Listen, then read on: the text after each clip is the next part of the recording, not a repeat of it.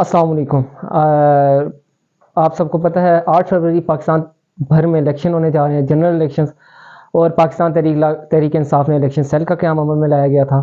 کل ہی میں نے آپ سب کو اپنی ویڈیو میں وہاں سیل میں گیا بھی تھا اور آپ سب کو بتایا بھی تھا کہ یہاں پر جو پاکستان تحریک انصاف کے نوجوان ہیں انہوں نے یہاں پر سیل قائم کیا ہے پاکستان بھر سے شکایات سننے کے لیے اور کیوریز سننے کے لیے۔ تو آج میں الیکشن سیل گیا تھا، صبح سویرے گیا تھا اور 2 سے 3 گھنٹے الیکشن سیل میں بیٹھا تھا۔ تو وہاں پر میں نے دیکھا بہت ساری کیوریز اینڈ کمپلینس آ رہی تھیں، اور 3 دن میں اس الیکشن سیل نے 35,000 کے قریب کالیں سنی ہیں۔ کیوریز سب سے زیادہ یہ آ رہی تھیں کہ ملک بھر میں جو ایک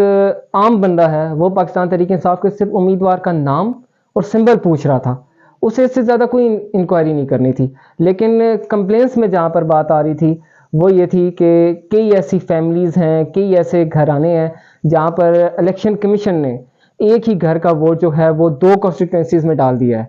اگر 2 کانسٹیٹوئنسیز میں نہیں بھی ڈالا تو ایک ہی گھر کا جو ووٹ ہے وہ الگ الگ پولنگ اسٹیشن میں ڈال دیا گیا ہے۔ میرے نزدیک اس کی سب سے بڑی وجہ یہ ہو سکتی ہے کہ الیکشن کمیشن جو ووٹر ٹرن آؤٹ میں کمی کے لیے یہ ایک ٹیکٹکس استعمال کی گئی ہے۔ اس کے علاوہ جو سب سے زیادہ کمپلینس تھی وہ یہ تھیں کہ جو پاکستان تحریک انصاف کے امیدوار ہیں، خاص کر کے پنجاب میں اور سندھ میں، کراچی میں، انہیں اپنی اپنی کانسٹیٹوئنسیز میں نہیں جانے دیا جا رہا، اور 2 سے 3 فیک امیدوار جو ہیں وہ بنا دیے گئے ہیں پنجاب میں سائٹ پہ اور زیادہ تر سندھ سائٹ پر، اور وہ دھڑا دھڑ اپنی کمپین کر رہے ہیں عمران خان کا نام استعمال کر کے۔ اور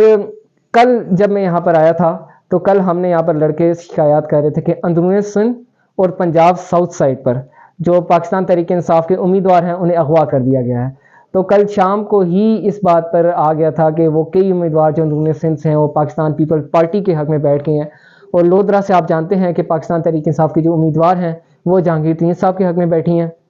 تو وہ انکوائریز اس متعلق آ رہی تھیں کہ اب ان کی جگہ کون سا نیا امیدوار دیا جائے گا۔ جہاں تک میرا خیال ہے جہانگیر ترین صاحب اور علیم خان کے متعلق، تو آپ کو پتہ ہے کہ یہ دونوں جو تھے علیم خان اور جہانگیر ترین صاحب، یہ اپنے آپ کو کنگ میکر سمجھتے تھے۔ یہ دونوں کہتے تھے کہ ہم دونوں کنگ میکرز ہیں،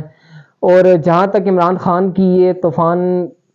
اس وقت چل رہا ہے وہ دونوں اپنی اپنی نشستوں کو بھی خطرے میں دیکھ رہے ہیں، اس لیے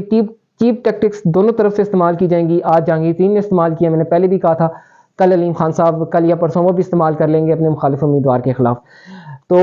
یہاں پر جب میں پاکستان تحریک انصاف الیکشن سیل گیا تو وہاں پر سب سے زیادہ جو کالز آ رہی تھیں وہاں پر وہ لاہور اور کراچی سے آ رہی تھیں۔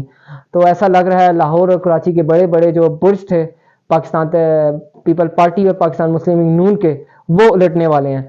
تو آپ سب نے بھی نکلنا ہے 8 فروری کو، اپنی فیملیز کو نکالیں، اپنے گھر والوں کو نکالیں اور اپنے مستقبل کی خاطر ووٹ دیں، اور انشاءاللہ 8 فروری کو پاکستان کے معاشی مسائل کو مد نظر رکھتے ہوئے اپنے ووٹ کا استعمال کریں۔ پاکستان زندہ باد۔